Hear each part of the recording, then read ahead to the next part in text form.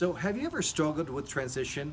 The inevitable moving from point A to point B. Point A might be living in this place, point B, moving to a new place. It might be moving from one position in life to the next position.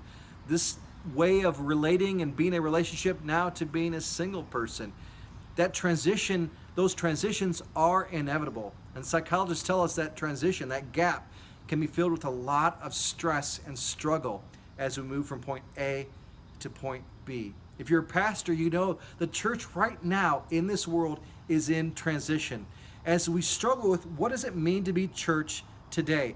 And as leaders, what does it mean to be a leader in the church today? They call it the New Reformation. So how do we as leaders respond to these challenges and move in the midst of this transition to what is God doing in the future? And how do we help churches move into the future with confidence? Well, my name is Mike Weaver. I'm a certified leadership and influence coach, and my business is 917 Coaching. 917 Coaching comes out of Acts chapter 9, verse 17. And if you know Acts chapter 9, that is Saul, who later becomes the Apostle Paul. Chapter 9 is his conversion story.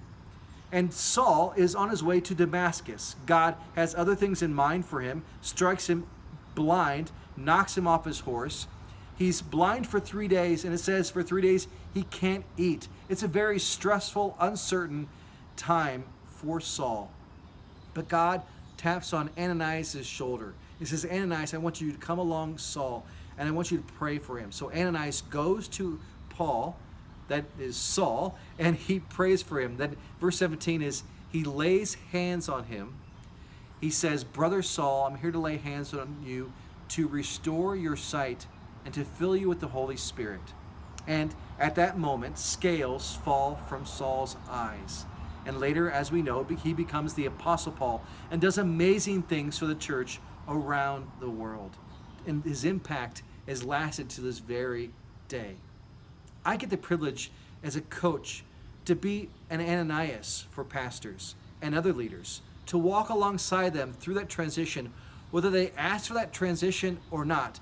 The reality is they're in a gap, and that gap can be uncertain and stressful. And what I do as a coach, I do the same thing as similar things that Ananias did for Saul. The work I do with leaders and other people, that's very hands-on. We create a plan for the future.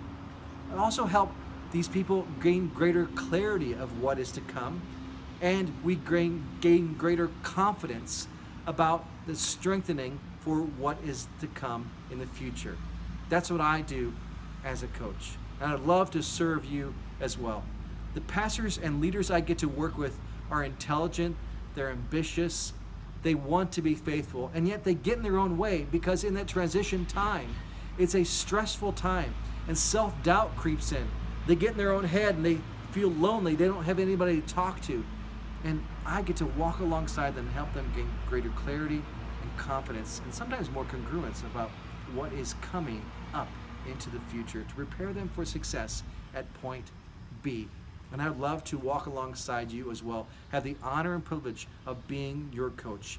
And we can do just that. So simply click the Get Started button below. I'll block out up to 2 hours of my time to sit with you to find out if coaching is even right for you. And sometimes in that 2 hours, you gain even greater clarity than you did when you first walked in to sit with me. I would love to serve you. Simply click the button below. Until we talk again, may you be blessed to be a blessing today.